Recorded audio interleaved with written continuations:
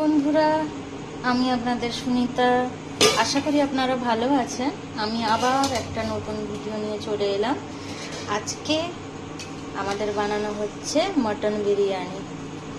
আর mutton biryani বানানোর জন্য আমি প্রায় 500 গ্রাম চাল নিয়ে নিয়েছি, বাসমতি রাইস।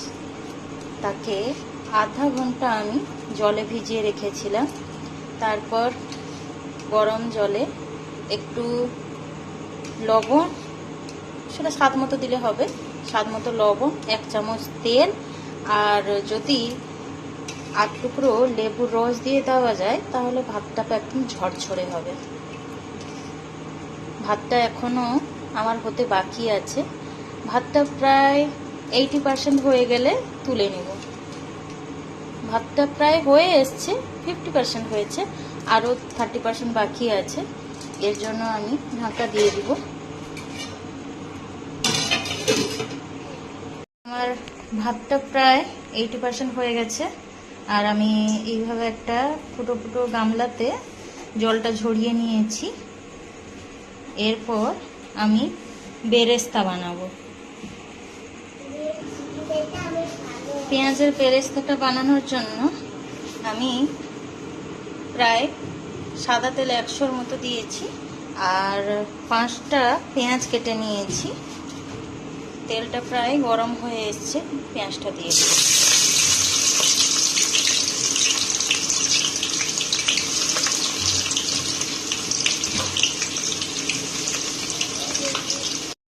বেরেস্তাটা আমাদের রেডি হয়ে গেছে, এবার তুলে নিব। তেলে আমি অল্প একটু দিয়ে দিব আমুলের বাটার।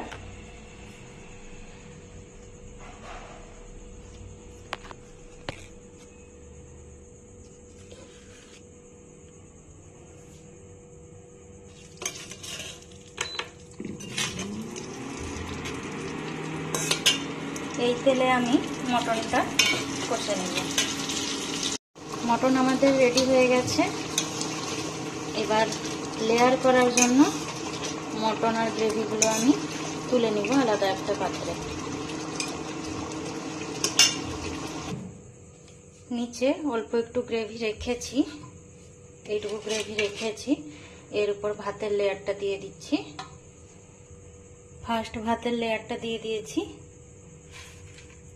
এর উপর দিয়ে দিব বিরিয়ানি মশলা।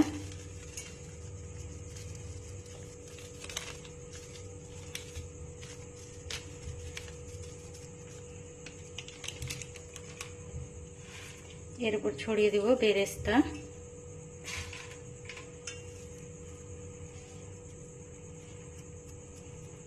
আর এর উপর দিয়ে দিব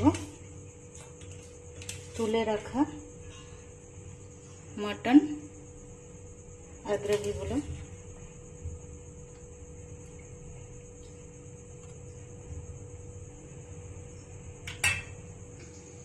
এতে দিয়ে দিয়েছি মটন, আলু আর 2টো ডিম দিয়ে দিয়েছি, কারণ আমার ডিমটা বেশ পছন্দের, আমার খুব ভালো লাগে। আপনারা চাইলে মটন বিরিয়ানিতে ডিম স্কিপ করতে পারেন, না দিলেও চলবে। মটন দিয়ে দিয়েছি, এর উপর দিয়ে দিচ্ছি আর লাস্ট বেঁচে থাকা ভাতের লেয়ারটুকু। এবার লাস্ট লেয়ারটা আমি দিয়ে দিয়েছি, আর এর উপর একে ঢাকা দিয়ে আধ ঘন্টা আমি একে দমে বসিয়ে দেব। আমাদের মটন বিরিয়ানি রেডি। এই যে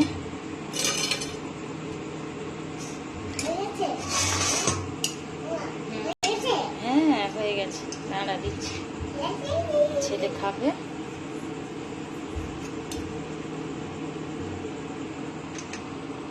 এই যে দেখুন কিভাবে ঝরঝরে হয়েছে, সুন্দরভাবে।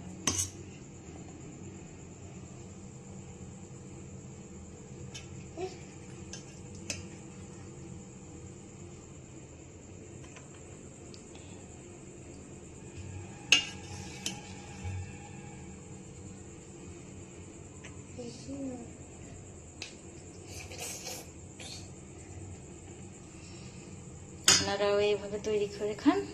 আজকের জন্য টাটা।